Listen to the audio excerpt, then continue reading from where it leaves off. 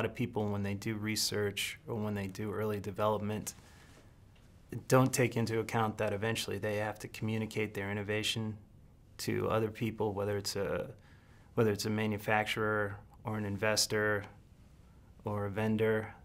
They're so engrossed in their development cycle that they forget once they get beyond that, there's another phase, which is, for lack of a better term, the marketing of the product, which is communicating it and figuring out how to produce it.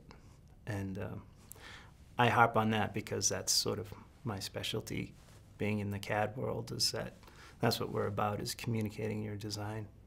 Okay, how would I like to receive information from an entrepreneur and translate it into a drawing or a 3D model?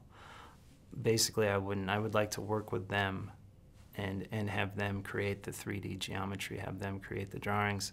And our software is very user-friendly, and we can bring a person up to speed quickly. And when they use our software, they can prototype in 3D. And virtual prototyping on computer is a lot less expensive than creating an actual prototype. The one piece of advice I would give anybody developing a prototype would be to develop it on the computer, to invest in the software and work on a virtual prototype rather than an actual prototype, because the upfront cost for an actual prototype is pretty steep to get things manufactured and to get them assembled, and not to mention the time, your own time it takes, because if you're an entrepreneur, chances are you're the one who's going to be doing the assembly and some of the machining and all the procurement. On the computer, you don't have to do all those things. You just have to be able to make the parts on the computer and put them together.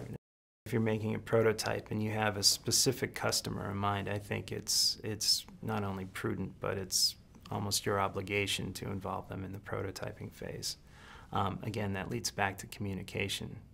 If you're doing something for one of the larger companies here and they are your only customer, get them involved from the get-go and be open with them, communicate with them, and you'll have a lot less problems down the line. If you're developing a general sort of consumer product, that's a little different. You probably might want to, at the end of prototyping, get some sort of focus group or something and get feedback from them. And a lot of entrepreneurs, especially technology-based entrepreneurs, don't understand that they need to be salesmen. They need to sell it to someone, whether it's an investor or whether it's the one guy who's going to go out and sell it to everybody else. At one point in their life, they have to do sales.